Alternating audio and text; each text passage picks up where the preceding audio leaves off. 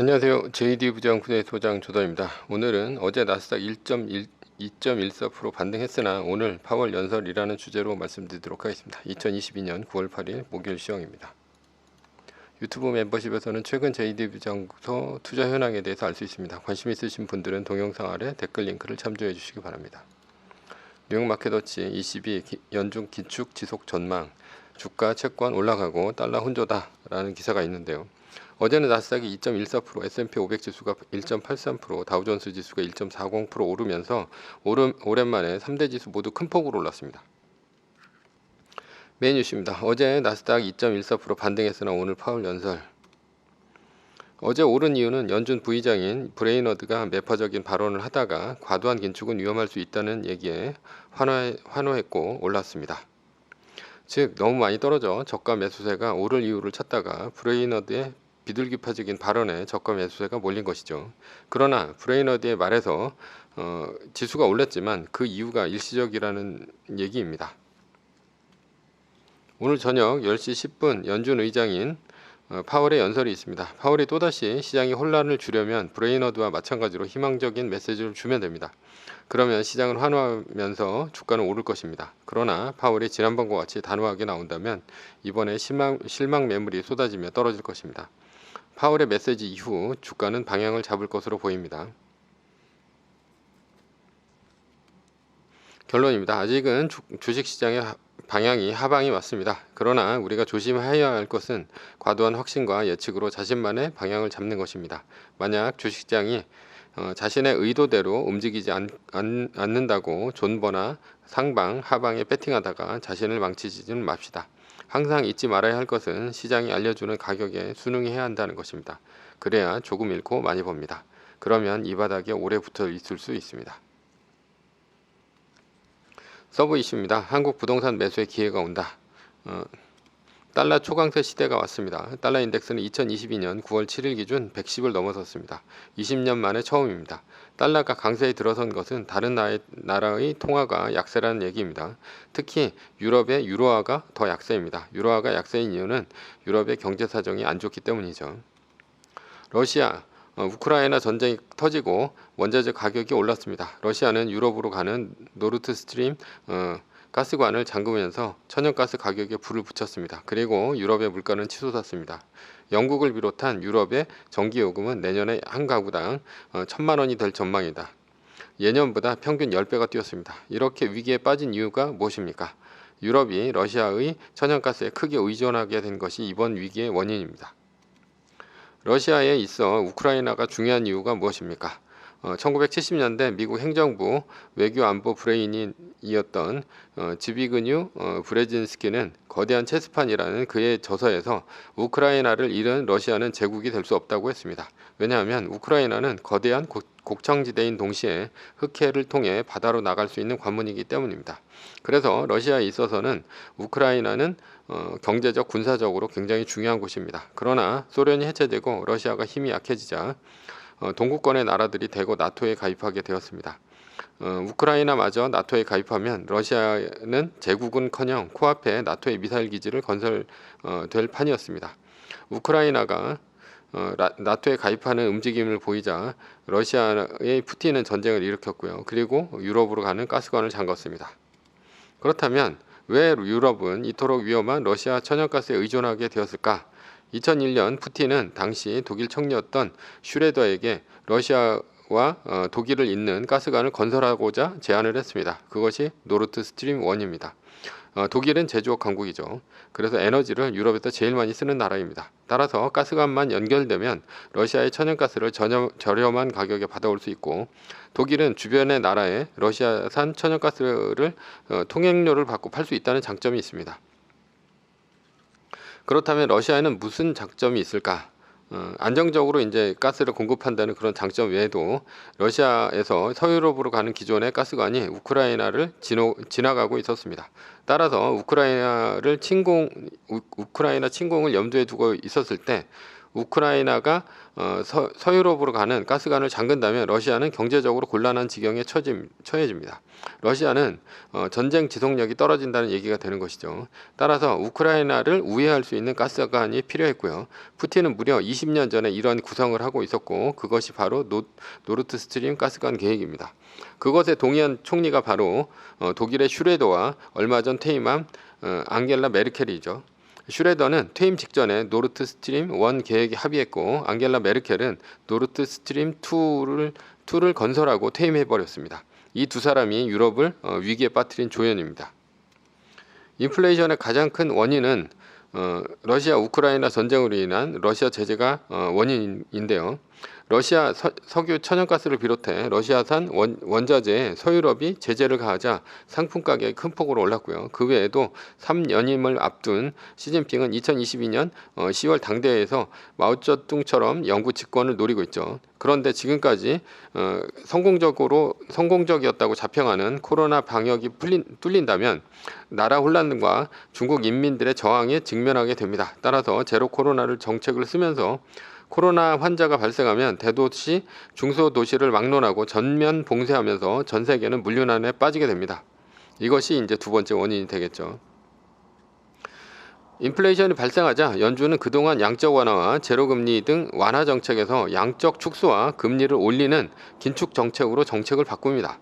인플레이션의 원인은 원자재 가격 폭등과 물류난 등 공급 측 원인입니다. 그러나 연준의 처방은 금리를 올려 소비자의 심리를 죽이는 수요 측 요인이 되겠죠. 그래서 연준이 어떻게 인플레이션을 잡는가에 대한 의문이 있습니다. 그러나 중국이 도시 봉쇄를 하자 수요가 줄 수 있다는 전망으로 유가가 떨어집니다. 따라서 미국의 수요 심리를 잡아야 인플레이션을 잡으려는 연준의 의도가 틀렸다고는 볼 수 없죠. 실제 1980년대 오일 쇼크로 인해 스태그플레이션이 일어나자 연준 전 의장인 폴 볼커는 기준금리를 20%까지 올리면서 물가를 잡은 경험이 있습니다. 그러니 연준은 앞으로도 물가가 잡힐 때까지 기준금리를 지속적으로 올릴 가능성이 있습니다. 인플레이션 와중에 연준이 금리를 올릴 수 있는 이유는 무엇입니까? 미국은 유럽이나 아시아에 비해 원자재 등 유가 상승으로 인한 인플레이션에 더 안정적이기 때문입니다. 미국은 셰일가스 혁명으로 인해 에너지 수입국에서 에너지 수출국으로 바뀌었습니다. 에너지 독립국이라 유럽이 전기료가 10배 올라가는 데 비해 미국은 상대적으로 안정적이죠. 그리고 인플레이션을 계기로 유럽과 아시아 우방국들이 미국의 의존도를 높이는 결과를 얻을 수 있습니다. 트럼프 전 대통령의 경고에도 불구하고 독일의 메르켈 전 총리는 러시아 노르트 스트림 2 가스관을 연결하려고 했죠. 그러나 이번 전쟁을 통해 독일은 러시아의 가스를 끊고 미국의 LNG에 의존하게 될 것입니다. 게다가 그렇게 국방비를 올리라고 해도 말을 안 듣던 서유럽이 자발적으로 국방비를 올리고 있습니다. 결국은 유럽은 미국의 방위산업체 매출을 올려줄 것입니다. 미국으로서도 좋은 일입니다. 이번 전쟁이 쉽게 끝날 것 같지는 않습니다. 러시아는 어차피 전쟁을 끝낸다고 해봐야 제재가 풀리지 않을 것이고요. 전쟁이 끝나면 유가가 떨어지며 러시아의 재정이 심각하게 곤란해질 것입니다. 따라서 전쟁의 승패를 떠나 전쟁을 지속하면서 유가 상승으로 인한 경제적 이득을 올리는 것이 러시아로선 더 나은 선택입니다.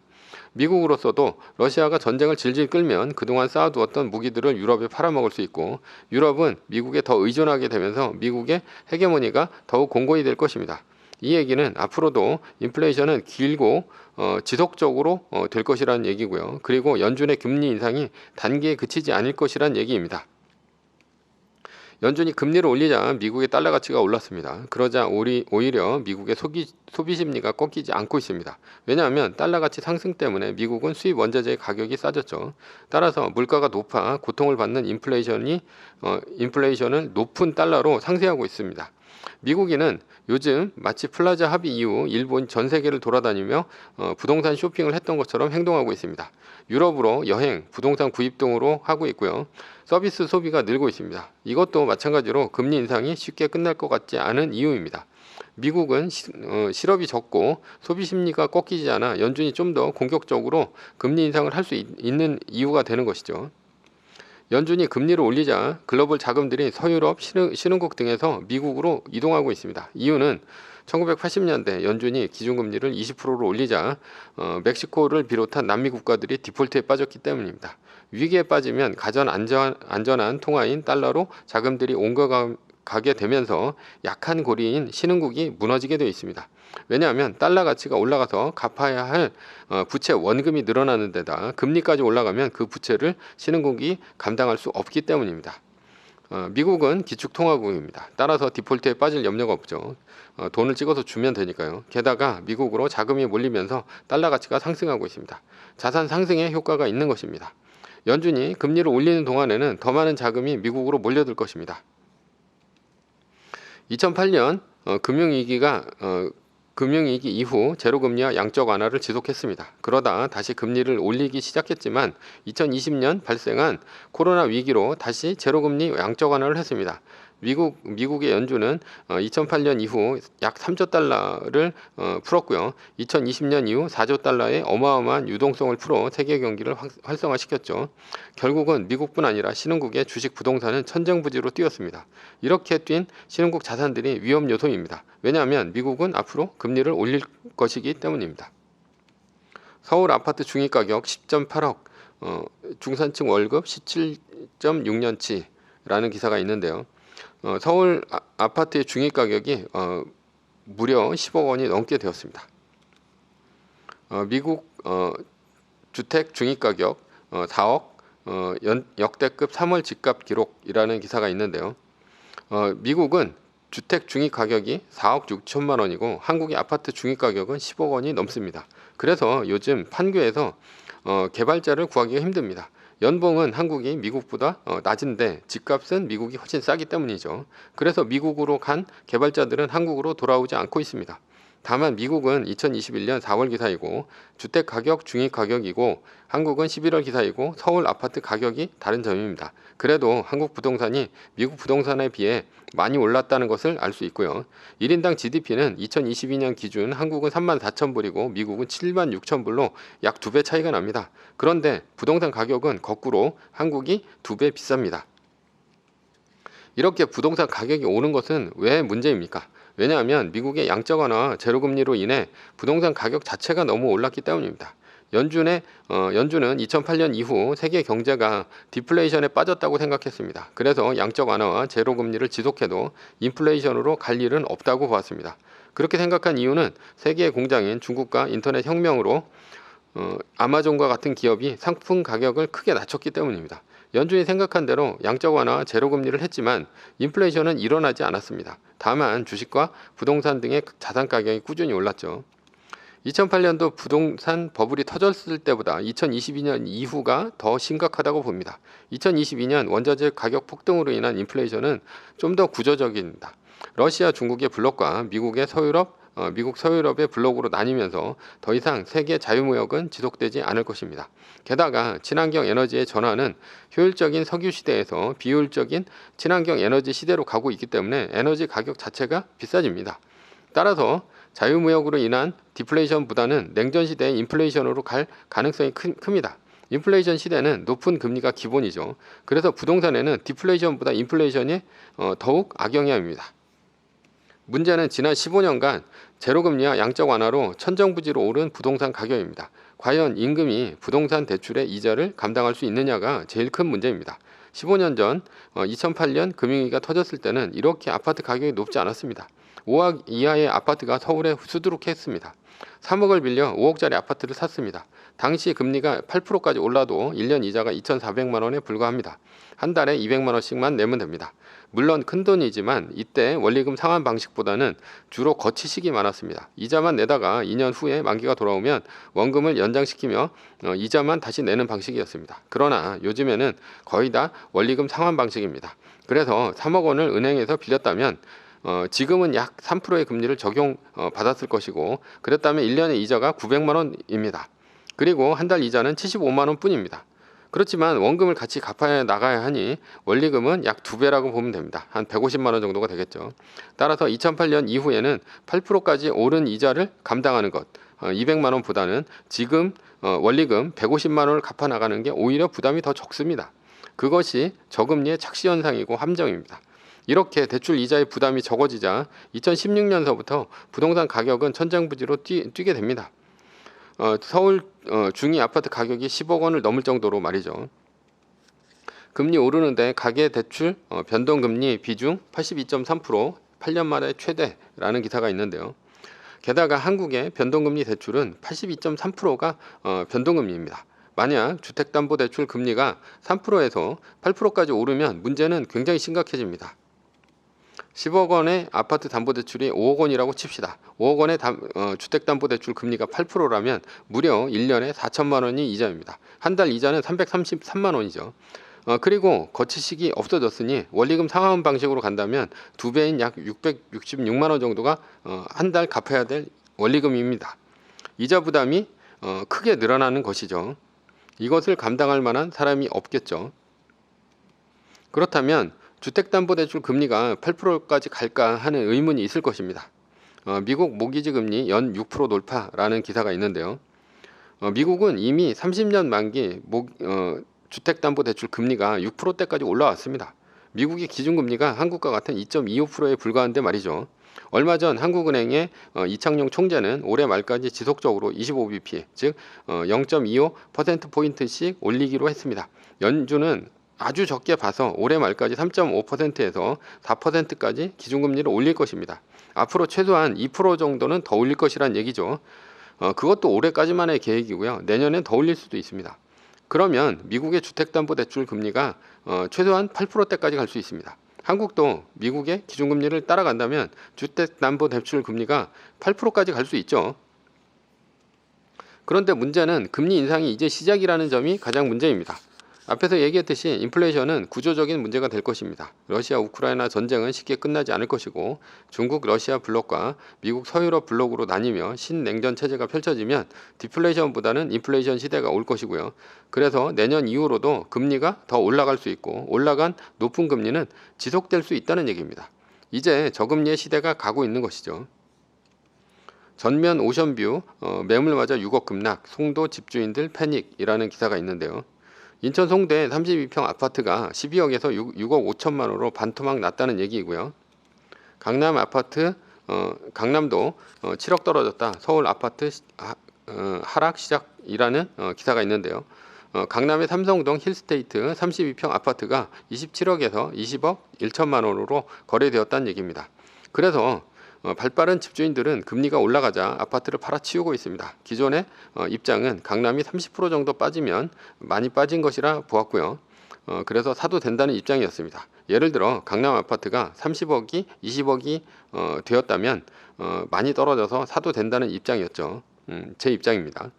이유는 2008년도 음마아파트가 2006년 13억을 찍고 최고점을 찍고 2009년도에 8억 6천만 원으로 바닥을 찍고 올라왔기 때문입니다. 그러나 앞으로 대한민국 부동산이 더 떨어질 수 있다고 보입니다. 왜냐하면 2008년도 금융위기 당시에는 미국이 망한 시기였습니다. 따라서 연준은 적극적으로 제로금리와 양적 완화를 했습니다. 이때는 대출이 많아도 제로금리라면 별 문제가 되지 않습니다. 집거지가 제일 많았던 2012년도에도 버틸 수 있었던 이유는 글로벌 저금리 시대였기 때문이죠. 물론 당시에 우리나라 주택담보대출 금리는 8%에 육박했지만 말입니다. 그러나 지금은 미국의 기준금리 자체가 최소 4%대까지 올라갑니다. 신흥국의 기준금리는 5%대에 육박할 것이고요. 거기에 가상금리를 합치면 최소 8%대까지 갈 것입니다. 그런데다 현재 부동산의 가격은 당시보다 2배 이상 뛰었습니다. 금리마저 높은데 갚아야 할 액수는 더 늘었고 이자만이 아니라 원리금까지 갚아야 되는 것이 더 문제라는 것이죠. 따라서 인플레이션이 지속되고 금리가 더 오른다는 가정하에 부동산 가격이 앞으로 50% 정도는 조정이 올 수도 있습니다. 결론입니다. 인플레이션이 지속되고 금리가 더 오른다고 가정한다면 부동산의 위기는 1, 2년 안에 크게 올 것이고요. 위기가 온다면 최소한 8년간은 오래 지속될 것입니다. 그때 현금 또는 달러를 들고 있다면 부동산을 싸게 살 기회가 될 것입니다.